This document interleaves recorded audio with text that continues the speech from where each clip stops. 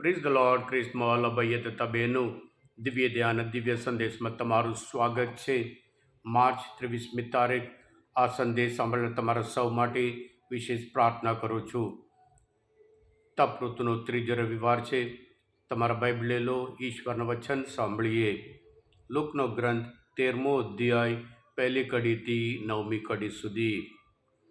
બરાબર આ જ વખતે કેટલાક માણસોએ આવીને ઈસુને ખબર આપી કે ગાલિલના કેટલાક માણસો બલિદાન ચડાવતા હતા, ત્યારે પિલાતે તેમની કતલ કરી નાખી. ઈસુએ તેમને જવાબમાં કહ્યું, એ ગલીલવાસીઓની આવી દશા થઈ એટલા ઉપરથી જ તેઓ પોતાના બીજા દેશજનો કરતાં વધારે પાપી હતા એમ તમે માનો છો? હું તમને કહું છું, એમ નથી. પણ જો તમે જીવન પલટો નહીં કરો તો તમે પણ એ જ રીતે નાશ પામશો. અથવા તો જે 18 માણસો સિલોઆમના મિનારો તૂટી પડવાથી કચડાઈ મુવા હતા, તેઓ યરૂશલેમમાં વસતા બીજા બધા માણસો કરતાં વધારે દોષિત હતા એમ માનો છો? હું તમને કહું છું, એમ નથી. પણ જો તમે જીવન પલટો નહીં કરો તો તમે પણ એ જ રીતે નાશ પામશો. પછી તેમણે તે લોકોને આ દૃષ્ટાંત કથા કહી. એક માણસની દ્રાક્ષની વાડીમાં એક અંજીરનું ઝાડ રોપેલું હતું. તે તેના ઉપર અંજીર શોધવા આવ્યો, પણ એકે ન મળ્યું. આથી તેણે દ્રાક્ષની વાડીના માળીને કહ્યું, જો 3 વર્ષ થયા હું આ અંજીર ઉપર અંજીર શોધવા આવું છું, પણ મને એકે અંજીર મળ્યું નથી. એને કાપી નાખ. જમીન શું કામ નકામી રોકવી? ત્યારે માળીએ કહ્યું, સાહેબ, એને આટલું 1 વર્ષ રહેવા દો. દરમિયાન હું એની આસપાસ ગોળ કરીશ ને ખાતર નાખીશ. એ પછી એને ફળ આવે તો ઠીક છે, નહીં તો કપાવી નાખજો. આ પ્રભુની વાણી છે. તે આપણો આધાર છે. ક્રિસ્મોલ ભાઈ તબેનું તપ ઋતુ એક આનંદનું ઋતુ છે, એક અદ્ભુત ઋતુ છે, હૃદય પલટો માટેનું ઋતુ છે, સુખી જીવન જીવવા માટે ઋતુ છે, ક્ષમા કરવા માટે ઋતુ છે. અને પછી આ તપ ઋતુ આપણે ખાસ કરીને ધ્યાન દોરે છે કે ઈશ્વર આપણા પર કેટલી ધીરજ રાખે છે, કેટલી દયા બતાવે છે. હા ક્રિસ્મોલ ભાઈ હતા બહેનો, આજના શુભ સંદેશમાં આપણે જોઈએ છીએ પ્રભુ પાસે 2 વિભાગ છે. પહેલાં તો જે બે બનાવ બન્યા એની વાત કરે છે, અને ત્યાર પછી પ્રભુ ઈસુ પોતે અંજીરના જે દૃષ્ટાંત દ્વારા સમજાવે છે કે હૃદય પલટો, જીવન પલટો, જીવનમાં પરિવર્તન કેટલું મહત્ત્વનું છે. શાસ્ત્રપાઠ હૃદય પલટો કરવા માટેની હાકલ આપણે બતાવે છે, નવું જીવન જીવવા માટે એ માર્ગ બતાવે છે, અને સાથે સાથે હૃદય પલટો ના કરીએ પછી આપણે કેવી રીતે દુઃખી થવાના, નાશ પામવાના એ પણ બતાવે છે. ક્રિસ્મોલ ભાઈ હતા બહેનો, જ્યારે પ્રભુ ઈસુ જીવતા હતા ત્યારે જે પિલાત ગાલિલ વિસ્તારના લોકોને એવું માનતો હતો કે ગાલિલ વિસ્તારના લોકો એટલે ગુંડાઓ છે, હિંસાવાળા છે, એ લોકો ઝઘડો કરશે એમ કરીને ગાલિલ વિસ્તાર પ્રત્યે એને નફરત કરતો હતો. અને ગાલિલ વિસ્તારના લોકો પ્રાર્થના કરવા ગયા, અને ત્યારે એમને કેવી રીતે કતલ કરી એ દુઃખની વાત છે. એ માણસ કેટલા ખરાબ હતો એ બતાવે છે.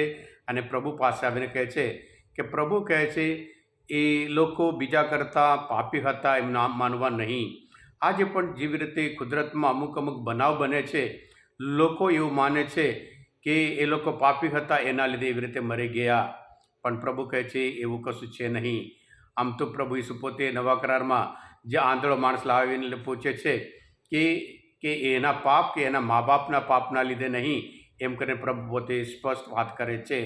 આજે પણ પ્રભુ ઈસુ ઘણા બધા લોકો એવું માને છે, કોઈ વ્યક્તિના જીવનમાં મોટી તકલીફ આવે કે કદાચ બીમારી આવે કે કદાચ નષ્ટ થાય, નિષ્ફળતા થાય, નિરાશ થાય, ત્યારે કહે છે એ કર્મનું ભોગવે છે. એ ખોટી વાત છે.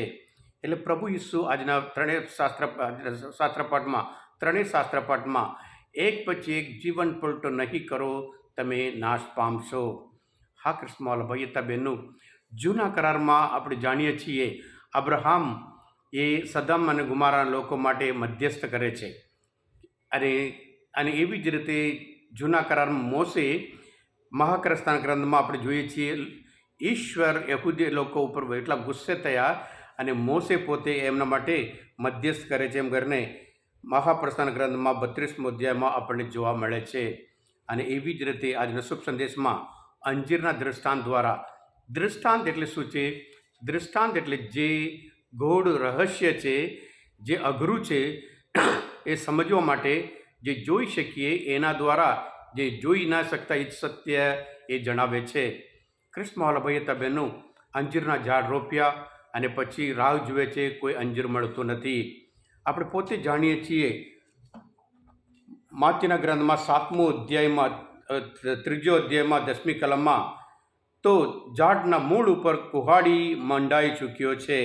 એટલે ઝાડ હૃદય પલટો કરો અને હૃદય પલટાને શોભે એવા કાર્યો કરો, નહીતર તમે પણ નાશ પામવાના. હા કૃષ્ણવાલા ભાઈ હતા બહેનો, કે આપણે જાણીએ છીએ કોરોનામાં કેટલા બધા લોકો મરી ગયા. ઈશ્વર આપણા પ્રત્યે દયા બતાવે છે, સમય આપે છે, એક્સ્ટ્રા ટાઈમ આપે છે, બીજી તક આપે છે. એટલે આ બધું નિશાની જોઈને, જે એધાણ જોઈને આપણા જીવનમાં હૃદય પલટો કરીએ. દુષ્ટ માણસ મરી જાય એમાં ઈશ્વરી ઈચ્છા નથી. બધા જીવન પામે. પ્રભુ એટલા માટે આ પૃથ્વી પર આવ્યા. પ્રભુ ઈસુ એટલા માટે પૃથ્વી પર આવ્યા આખી માનવજાત શાશ્વત જીવન પ્રાપ્ત કરે. એટલે જેવી રીતે આજના શુભ સંદેશમાં જે માળી મધ્યસ્થ કરે છે, એવી જ રીતે જૂના કરાર મધ્યસ્થ આજે પણ આ કોણ છે? મધ્યસ્થ કરનાર છે. માળી કોણ છે? જે ધર્મ પ્રચારકો હોય, જે પુરોહિત હોય, એ બધા માળી જેવા છે. સંદેશ આપે છે લોકો માટે, જેથી કરી જેવી રીતે પ્રભુ ઈસુના શુભ સંદેશમાં પણ પ્રભુ ઈસુનું જાહેર જીવન શરૂ કર્યું ત્યારે પ્રથમ સંદેશ સમય પાકી ગયો છે, હૃદય પલટો કરો. પિતરના પ્રથમ સંદેશ હૃદય પલટો કરો અને પૌલના પ્રથમ સંદેશ હૃદય પલટો કરો. એટલે આજના શાસ્ત્ર પર આજે 3જા અઠવાડિયામાં આપણે પ્રવેશ કરતા તપૃતમાં જેવી રીતે જ્યારે હૃદય પલટો હોય આપણા જીવનમાં આનંદ આવે છે.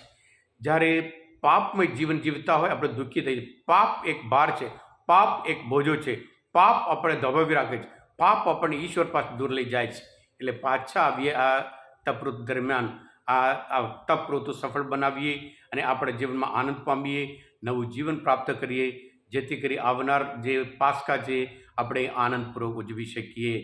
હા કૃષ્ણવાલા ભાઈ હતા બહેનો, આ માનવચિંતન, આ શાસ્ત્ર પાઠ પ્રભુને ઓળખવા માટે અને મદદરૂપ થયા હોય તમે પોતે આ દિવ્ય ધ્યાન દિવ્ય સંદેશ સબસ્ક્રાઈબ કરજો અને બીજા માટે પણ ફોરવર્ડ કરજો. કારણ તમે બધા આશીર્વાદ છો, અભિષિક્ત છો. પ્રભુ ઈસુ, હું તમારામાં વિશ્વાસ રાખું છું. પ્રભુ તમારા અંતરમાં વસો. સર્વશક્તિમાન પરમેશ્વર પિતા અને પુત્ર અને પવિત્ર આત્માનો આશીર્વાદ તમારા સૌ પર ઉતરો. આમેન. બોલો દિવ્ય દયાનો જય. God bless you all.